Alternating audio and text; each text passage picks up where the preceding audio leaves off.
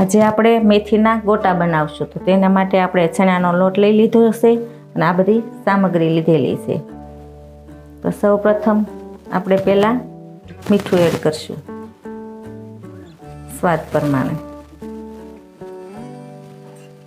અને આ મરી, ધાણા, વરિયાળી અને જીરું લીધેલું છે, તો તેને આપણે ક્રશ કરી લીધેલું છે. બહુ ઝીણું નથી કરવાનું, આવું જાડું જ રાખવાનું છે. તો આપણે તે નાખી દીધું છે.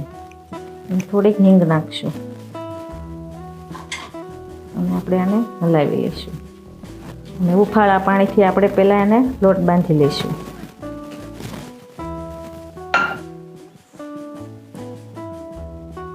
લોટ આપણે બંધાઈ ગયો છે, તો તેની અંદર આપણે ધાણા નાખશું, મેથી નાખશું અને આપણે લીલું લસણ નાખશું અને મરચાં નાખશું. મરચાં આપણે તીખા છે એટલા માટે બધા નથી નાખવાના, થોડાક જ નાખવાના છે. અને હવે આપણે ગરમ તેલ નાખશું. થોડુંક તેલ નાખ્યું પછી આપણે સોડા નાખશું, ખાવાના સોડા નાખશું. પછી લીંબુ ઉપર નીસવશું. આપણે એક લીંબુ નીસવવાનું છે આખું.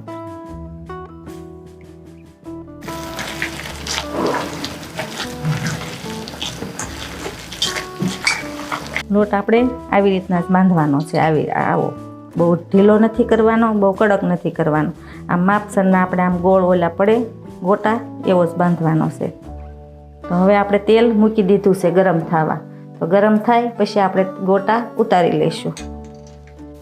આ રીતે આપણે ધીમા ગેસે ગોટા પાડવાના છે. ફૂલ ગેસ નથી રાખવાનો, ધીમો રાખવાનો છે.